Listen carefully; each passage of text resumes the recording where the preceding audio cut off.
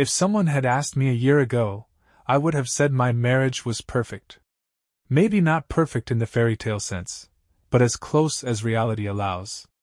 I had a beautiful, intelligent wife, a stable career, and a home that made people envious. Life wasn't always easy, but we had built something solid, something I thought would last forever. Emma and I met in college, a chance encounter that turned into a lifelong bond. She was studying business, always the ambitious one, while I majored in finance. She had an effortless charm about her, the kind that made people gravitate toward her. I was quieter, more focused on numbers than socializing, but somehow we fit. She brought excitement into my life, and I gave her stability. We were a team. After graduation, we moved into a tiny apartment in the city, scraping by on entry-level salaries and take-out dinners. We laughed about our struggles back then, how we'd argue over who left the dishes in the sink, or how we'd splurge on a nice dinner only to regret it when rent was due. But we were happy. It was us against the world. Things changed when I landed a job at a prestigious firm. It wasn't glamorous, but it was a step in the right direction. The money was good enough to move us into a nicer place, to start thinking about the future. Emma, always the dreamer, had a vision of the life we would build together. She decorated our home with an eye for perfection, filling it with expensive furniture and carefully chosen art. She had a way of making things beautiful, of making everything seem effortless. Over the years, we climbed the social ladder, moving into a suburban home with a manicured lawn and a backyard big enough for summer barbecues. Emma had started her own event planning business, something she was passionate about, though she never had to worry about making ends meet. I wanted to give her everything. The weekend trips, the designer clothes, the fine dining, I never hesitated. Seeing her happy was worth it. Our friends often said we were the ideal couple. We hosted elegant dinner parties, took vacations to picturesque destinations, and never seemed to struggle the way other couples did. People looked at us and saw success, love, and stability. And for a long time, I saw it too. Our life fell into a comfortable rhythm. We woke up early, shared coffee on the back patio while planning our day, and went our separate ways, Emma to her events and client meetings, me to the office. In the evenings, we'd regroup, talk about work, gossip about mutual friends, and unwind with a glass of wine or a new show on Netflix. It wasn't thrilling, but it was ours. Emma was always the center of attention at social gatherings. She had a magnetic presence, her laughter contagious, her style impeccable. She moved through life with a confidence that both inspired and intimidated me. I was the more reserved one, content to watch her light up the room. She was everything I wasn't, spontaneous, charming, and effortlessly social. I worked hard to support her lifestyle. The late nights at the office, the weekend calls from my boss, they were all part of the trade-off. I wanted Emma to have the life she dreamed of, and I took pride in being the provider. We had money in the bank, investments for the future, and a home that felt like a sanctuary from the outside world. Over the years, we traveled to places that felt like they were pulled from the pages of a magazine: white sand beaches, bustling cities, serene countryside retreats. Emma would document every moment, posting carefully curated photos online, the two of us smiling against backdrops of endless blue skies and glistening oceans. To everyone else, we looked like the perfect couple, living the dream. But our happiness wasn't superficial. We shared a genuine bond, a partnership built on years of trust and mutual respect. We had our share of challenges, career setbacks, family emergencies, and the silent strains of everyday life, but we always faced them together. I felt lucky to have her by my side, and I believed she felt the same. Emma's business grew, and she became more independent, more in demand. Her events were lavish and well executed, drawing attention from high-profile clients. I admired her success. She deserved every bit of it. She was always on the go, planning conferences, weddings, and exclusive parties for people far wealthier than us. I didn't mind her busy schedule. I was busy too. Our weekends became a time for us to reconnect. We'd cook elaborate meals, go for long drives, and spend lazy afternoons in the backyard. We'd talk about our plans for the future, traveling the world, renovating the house, maybe starting a family. Life felt full of possibility, and I was content. Looking back, I can't pinpoint exactly when things started to change. It was subtle, a missed call here, a late night there. Emma seemed more preoccupied, but I chalked it up to the stress of her growing business. I trusted her implicitly, never once suspecting there could be anything wrong beneath the surface. That's the thing about trust, it's strong until it isn't. And in those days I had no idea just how fragile ours had become. Life continued in its usual rhythm, but looking back, I wonder if I missed the signs. At the time, everything felt normal, but now I see the subtle shifts, the tiny cracks forming beneath the surface of our perfect life. Emma was busier than ever. Her event planning business had taken off, and she was handling high-profile clients who expected nothing less than perfection. She worked long hours, often coming home late, exhausted but exhilarated. She spoke about her clients with admiration, dropping names of executives, socialites, and business moguls who trusted her to create the perfect experience for their extravagant parties. I was proud of her, always supportive, always encouraging. She started dressing differently. Not that she ever dressed poorly before, but there was a new level of effort, an extra layer of polish. Her wardrobe evolved into sleek, designer pieces, the kind of outfits that turned heads. She'd always cared about fashion, but now she was meticulous. Her hair, her makeup, her jewelry, everything chosen with precision. I noticed but never questioned it. Why would I? She was a businesswoman now, dealing with wealthy clients. Looking the part was just part of the job. At home, we still had our moments together, but they were becoming less frequent. I'd come home to find her already in bed, claiming exhaustion from another long day. On weekends, when we used to enjoy long, lazy mornings together, she now had urgent client meetings, last-minute venue inspections, or networking events she couldn't miss. I didn't mind at first. She was building something great, and I respected that. Sometimes, though, I'd notice little things that made me pause. She started putting her phone face down on the table. She'd step into another room to take calls, her voice hushed. When I asked who it was, she'd always have an answer, one of her assistants, a caterer, a florist. And I believed her, because why wouldn't I? There were other things, too. She started spending more time at the gym, obsessed with maintaining her toned figure. She would come home glowing, claiming she had just finished a brutal session, but I barely saw her break a sweat on the treadmill in our home gym.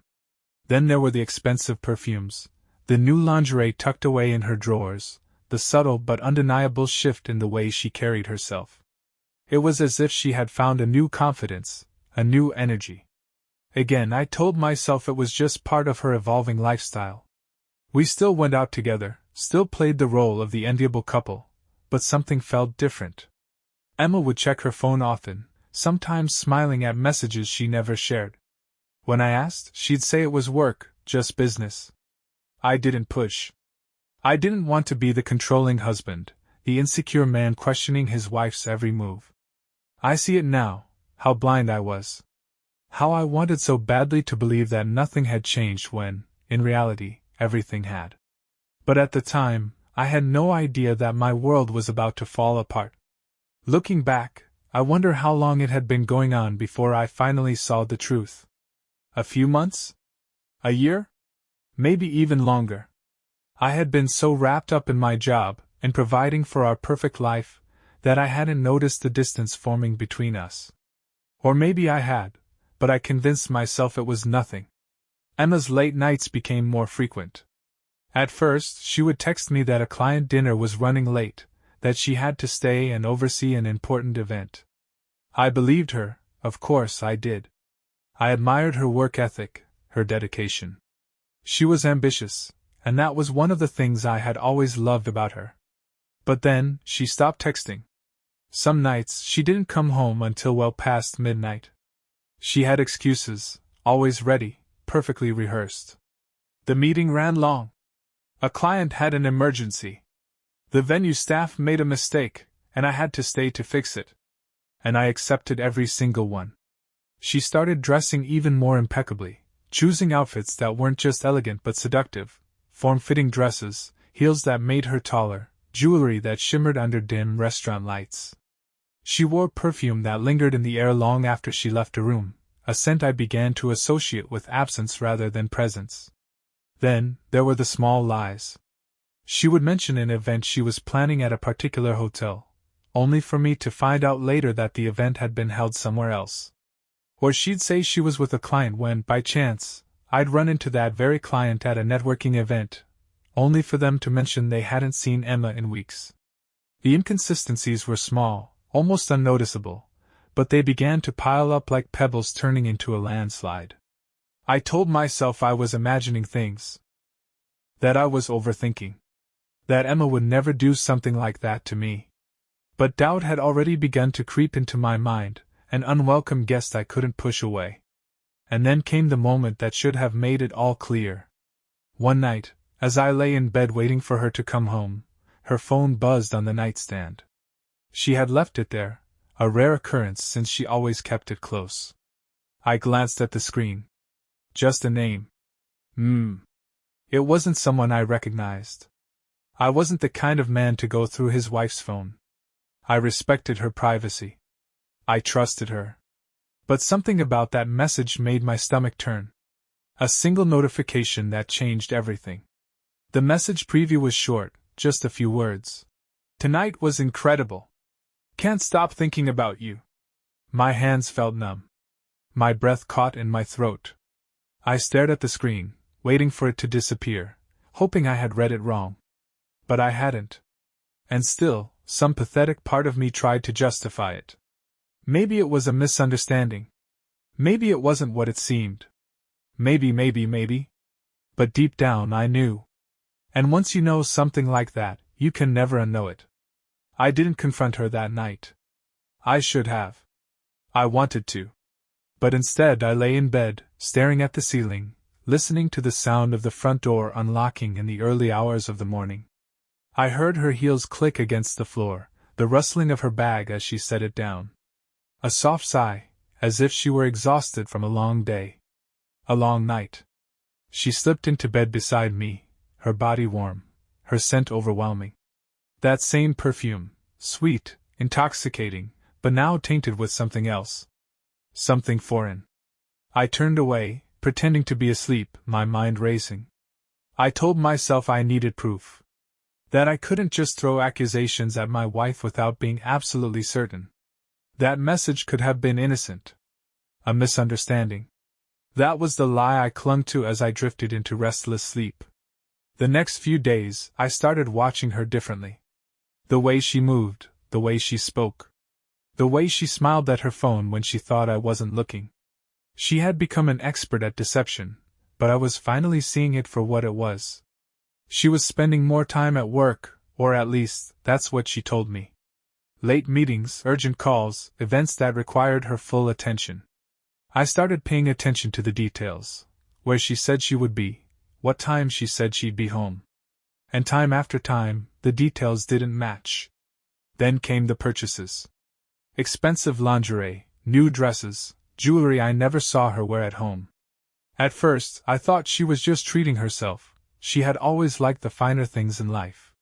But these weren't the kind of things she wore around me. These were for someone else. I tested her once, casually asking about an event she had mentioned a few nights before. She hesitated. Just for a second. A flicker of panic in her eyes before she recovered, launching into an explanation that felt rehearsed. That was when I knew she was lying to me. But the worst part. She had started pulling away completely. She barely touched me anymore. When she did, it felt forced, obligatory. She used to kiss me absent-mindedly when passing by, curl up next to me on the couch, run her fingers through my hair when she thought I was stressed. But now, there was distance. A space between us that I couldn't bridge no matter how hard I tried. I thought about that message every night. Tonight was incredible. Can't stop thinking about you. Who was Em? How long had this been going on? Was it just physical? Or had I already lost her completely? I considered following her. hiring a private investigator, checking her phone while she was asleep. But I hated the thought of becoming that kind of man, someone desperate, pathetic, clawing for the truth when the truth was already standing right in front of him. I wasn't ready to accept it yet. But the thing about lies is that they don't just sit still. They grow. They spread.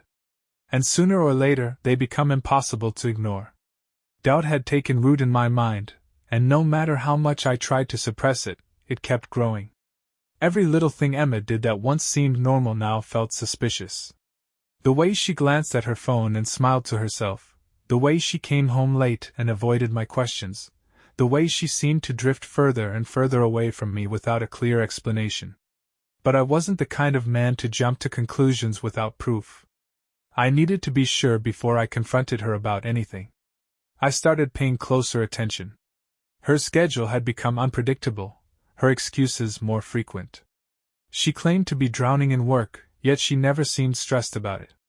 She was more invested in her appearance than ever before, constantly buying new clothes, new perfumes, and new lingerie that I hadn't even seen her wear.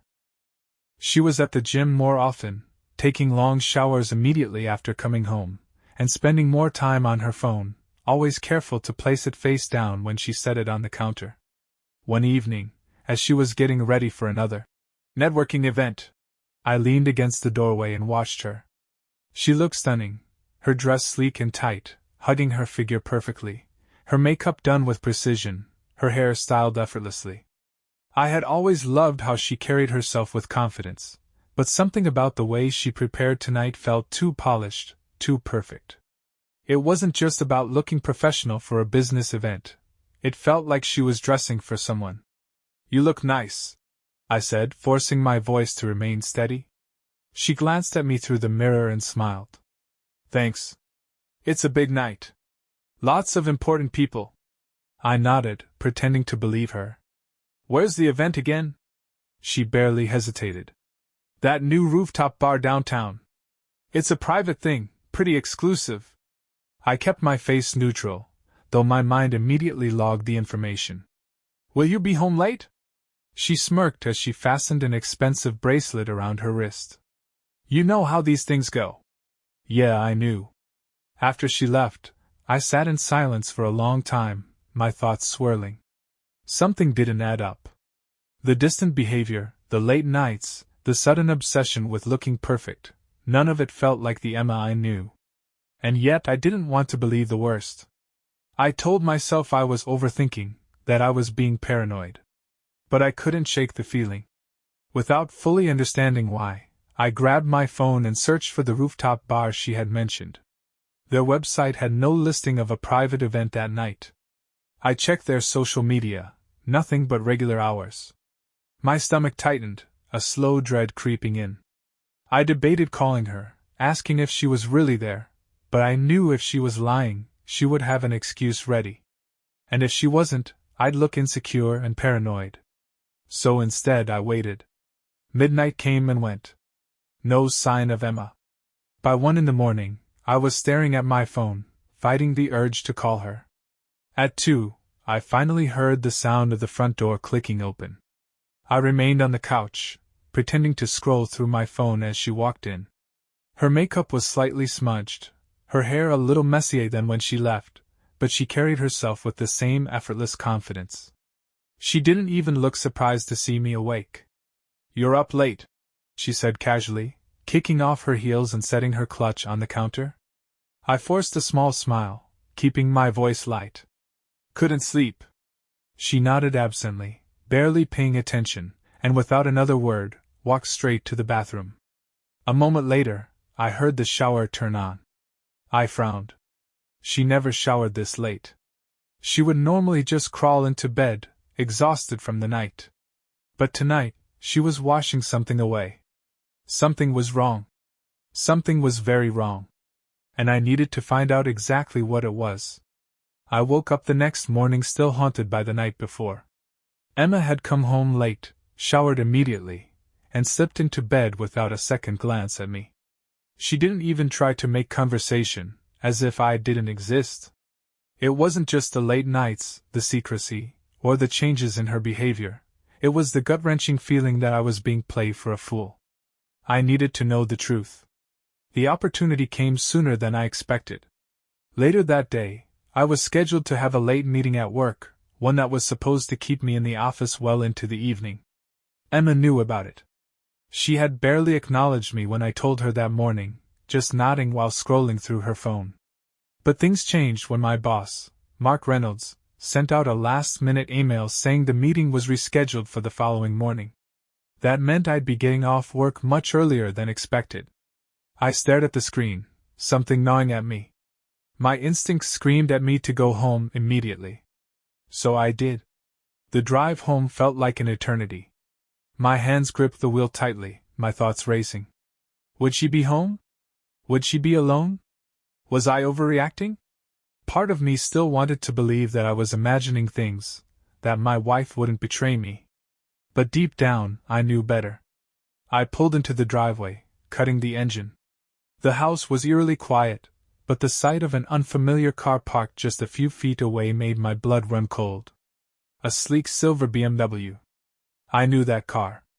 My heart slammed against my ribs as I climbed out of my own vehicle.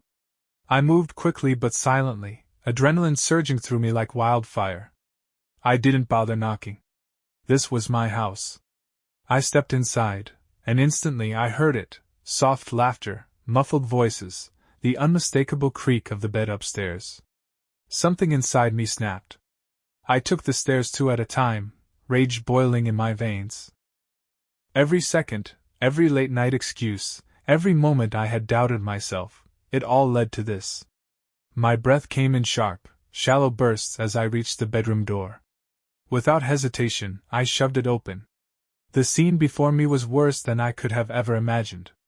Emma was tangled in the sheets, her bare skin flushed, her hair disheveled. And beside her, just as I feared, was Mark Reynolds. My boss. The man who had spent years shaking my hand, praising my work, treating me like a trusted colleague, all while sneaking into my bed, into my wife. They both froze. Emma's eyes widened in pure horror, her lips parting, but no words came out. Mark, ever the arrogant bastard, had the audacity to look surprised, as if he hadn't expected to get caught. A red haze clouded my vision. "You bitch!"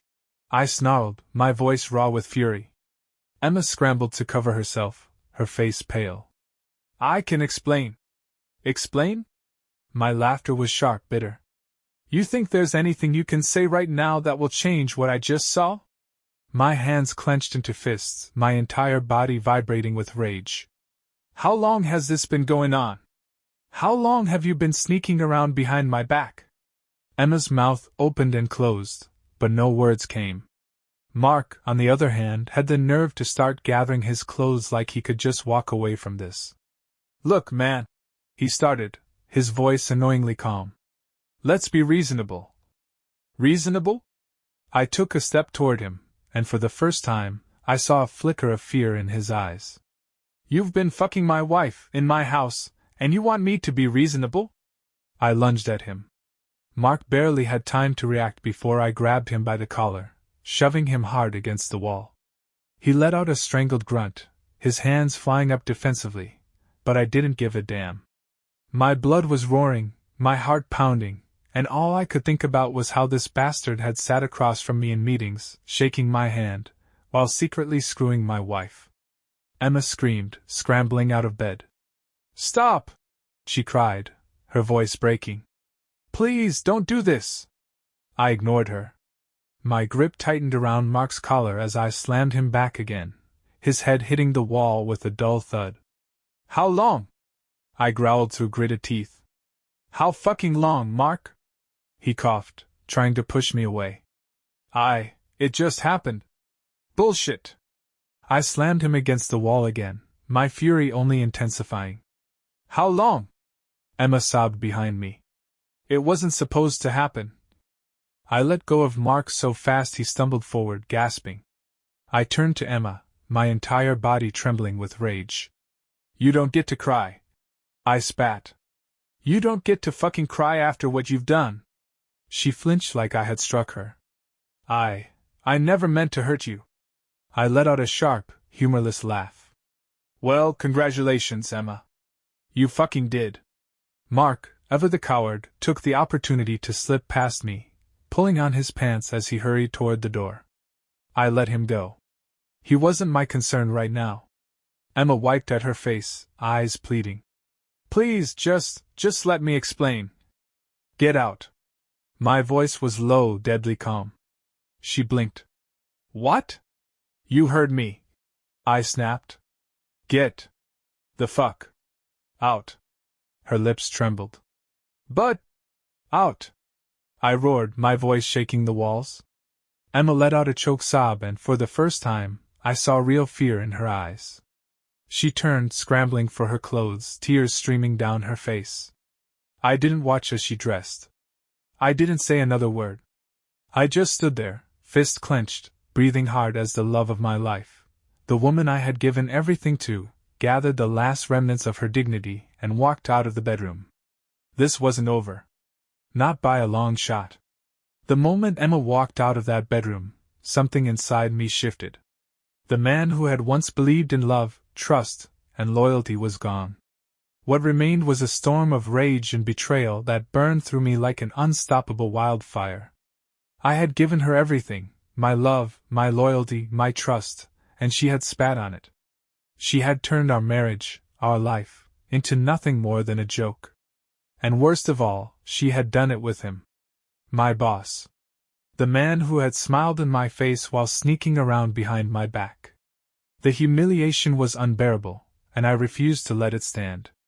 I wasn't going to be the man who sat back and let his world crumble without a fight. No. She had taken everything from me, so now I was going to take everything from her. I stormed downstairs, my hands clenched into fists, my mind spinning with the weight of what had just happened. Emma was in the hallway, hurriedly trying to shove her feet into her heels, her hands trembling as she grabbed her purse. She looked up at me with red, swollen eyes, but I felt nothing.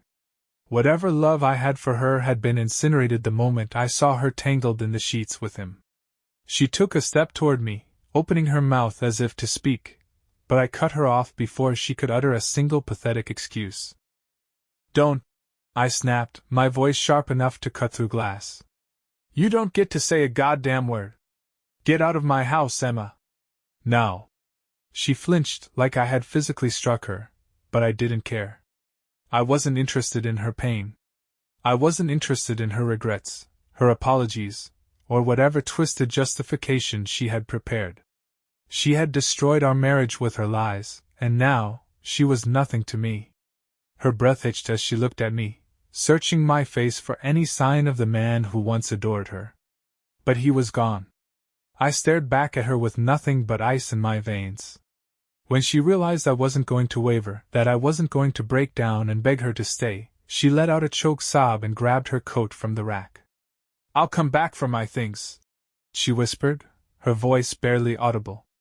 I let out a humorless laugh. No, you won't. Confusion flickered in her tear-streaked face, but I didn't give her the chance to ask what I meant. I walked over to the front door, yanked it open, and pointed outside. You leave now, and you don't come back. If you try, I'll make sure there's nothing left for you to take. Her eyes widened in horror, but I was done caring. She had made her bed. Now she could rot in it. For a moment, she stood there frozen, as if she wanted to fight, to scream, to plead. But then, as if realizing there was nothing left to say, she lowered her head and walked past me, stepping out into the cold night air. The sound of her heels clicking against the pavement was the only noise in the suffocating silence. She hesitated at the bottom of the porch steps, turning slightly as if she wanted to look back at me, but I didn't move. I didn't say a word. And then, finally, she left. The second she was gone, I slammed the doors shut with enough force to rattle the walls. My entire body trembled, my fists still clenched so tightly that my nails dug into my palms. But I wasn't done. Not even close. I strode through the house like a man possessed, fueled by the kind of rage that left no room for rational thought. Everything she had ever touched, everything she had ever claimed as hers, it all had to go. I started in the bedroom, ripping the sheets off the bed where she had betrayed me and tossing them into a garbage bag. The pillows, the blankets, every single reminder of her presence, I gathered it all and threw it out. Then I moved on to the closet, yanking her designer clothes off the hangers and stuffing them into trash bags. The expensive shoes, the delicate lingerie, the jewelry I had bought her over the years, it all went in the pile. The scent of her perfume still lingered in the fabric, and it made me sick. I dragged the bags downstairs, throwing them unceremoniously onto the front lawn. But I wasn't done. Not yet. I stormed back inside, grabbed her makeup, her skincare products, her stupid decorative candles, everything, and hurled them into the trash. The framed photos of us together, the carefully curated memories she had proudly displayed throughout the house, were the last to go. I picked up one of them, a picture from our honeymoon in Santorini, where she had looked at me like I was the only man in the world, and I felt nothing as I shattered the glass against the floor. By the time I was done, the house felt empty. Hollow. But for the first time in weeks, I felt something. Satisfaction. A dark, bitter satisfaction that came with knowing I had erased her from my life as thoroughly as she had erased me from hers. I stepped outside, staring at the pile of trash bags on the lawn, and I knew I wasn't finished yet. Emma had taken my trust, my dignity, and my peace of mind, but there was still one more thing I had to do. One more person who needed to pay. Mark Reynolds. He had screwed me over in more ways than one. Not only had he been sleeping with my wife, but he had done it while holding power over me at work, acting like he was some kind of mentor, some kind of friend. He had laughed in my face while stabbing me in the back. But he had no idea what was coming for him. Emma was gone. Her things were in the dirt where they belong. Now it was time to ruin him. Emma was gone. Her things lay scattered across the lawn like the remnants of a life that no longer belonged here. But as I stood there, staring at the mess of designer clothes, expensive jewelry, and every trace of her existence in my home, I knew I wasn't done. Throwing her out was only the beginning. There was still one more person who needed to suffer, Mark Reynolds. The man had taken everything from me. He had smiled in my face, shaken my hand, praised my hard work, and then went behind my back and fucked my wife. He thought he could do this to me and get away with it. He thought he could sit in his glass office, barking orders at people like he was untouchable. But he was wrong. Mark had power at work, sure. He had money, influence. But I had something better. I had the ability to destroy everything he relied on. I wasn't going to quit my job quietly. I wasn't going to slink away like some humiliated man whose boss had taken his wife. No, I was going to make sure that when I left a crater so deep that Mark would never recover from it. I took a deep breath, steadying my rage, and walked back into the house. My laptop sat on the dining table where I had left it that morning, still logged into the company's internal systems. I sat down, fingers hovering over the keyboard, my mind racing through everything I had access to. Mark was the golden boy of the company, the one who made all the big decisions, the one whose name was tied to every major deal we handled. He was the face of the firm. But what people didn't know was that behind the scenes, I was the one who kept everything running smoothly. I handled the financial reports, the data analysis, the project planning. I knew every number, every deadline, every weak point in the system. And now, I was going to break it. I started with the reports, months of financial projections, revenue statements, client proposals. With a few clicks, I corrupted the files, making small, almost imperceptible errors that would take weeks, maybe even months, to untangle. Formulas were adjusted by fractions of a percentage, projections thrown off just enough to cause panic. Nothing obvious, nothing immediate. But soon, Mark would start seeing cracks, and by the time he realized what was happening, it would be too late. Then I moved on to the client contracts. Mark prided himself on landing the biggest deals, on securing long-term partnerships that made the company millions. I made sure those deals would never go through. Deadlines were changed, clauses altered just enough to make them unenforceable. Key documents were accidentally deleted, their backups conveniently corrupted. Next, I turned my attention to his personal records. I had access to everything: his performance reviews, his emails, even the hidden expenses he thought no one paid attention to. Mark had a habit of charging company dinners, personal travel, and gifts under client entertainment. It wasn't outright illegal, but it was enough to raise red flags. I compiled all of it into a neat little folder, ready to be sent to the board of directors at the perfect moment. By the time I was finished, I had left behind a perfect storm of chaos. Mark's reputation, his control over the company, his entire career, it was all hanging by a thread, and he didn't even know it yet. I closed the laptop, feeling a sense of grim satisfaction settle over me. This wasn't just revenge. This was justice. The next morning, I walked into the office like it was any other day. People greeted me as usual, oblivious to the destruction I had already set in motion. I made my way to Mark's office, knocking once before pushing the door open. He looked up from his desk, clearly caught off guard. "Hey, what the hell are you doing here?" he asked, his voice laced with the kind of arrogance that made me want to punch him all over again. I smiled, slow and deliberate. "Just came to let you know, I quit." He leaned back in his chair, pretending to look unaffected, but I could see the tension in his jaw. "That's so?" "Yeah," I said, nodding. "Figured I'd leave before this whole place goes up in flames." His brow furrowed slightly, but he didn't respond. I stepped closer, lowering my voice just enough so only he could hear me. "You should check the reports, Mark.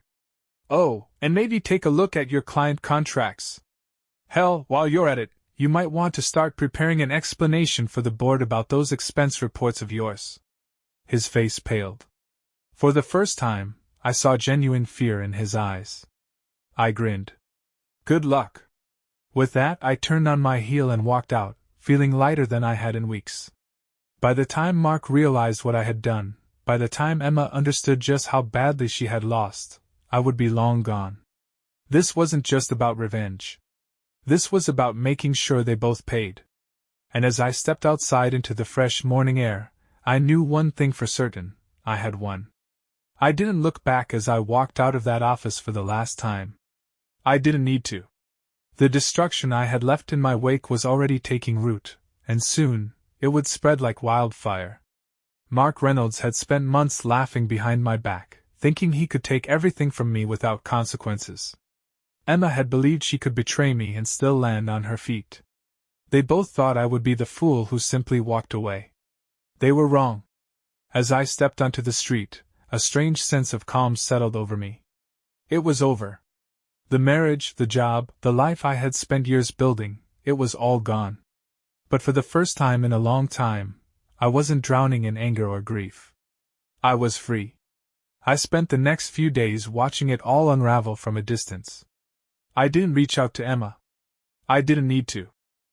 The moment she realized I had thrown out all her things and locked her out of the house, she had sent a barrage of desperate texts and voicemails, each one more pathetic than the last. "Please, just talk to me. I never meant to hurt you. Can we at least meet? Please." I didn't answer a single one. Then, as expected, her tone changed. "You're being childish. We need to figure this out like adults. You have no right to throw my things out. If you don't let me come back and get my stuff, I'll call the police." That one made me laugh. She had no idea how little power she had left. I had already spoken to a lawyer, changed the locks, and started the divorce paperwork. Everything was in motion, and there was nothing she could do to stop it. She had made her choice. She had gambled with our marriage, and now she had lost. Mark, on the other hand, had an entirely different nightmare unfolding. It started small: confused emails from the finance department, questions from his assistant about missing files, minor errors in reports. But small cracks widen fast when pressure is applied. Within days, he was buried under chaos. I knew the moment it hit him. The call came in late at night.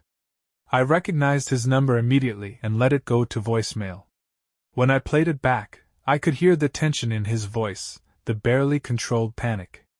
"You think you're fucking clever, don't you?" he hissed. You sabotage everything.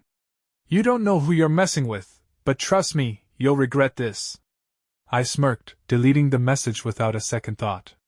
No, Mark, you don't know who you were messing with. Over the next few weeks, things only got worse for him.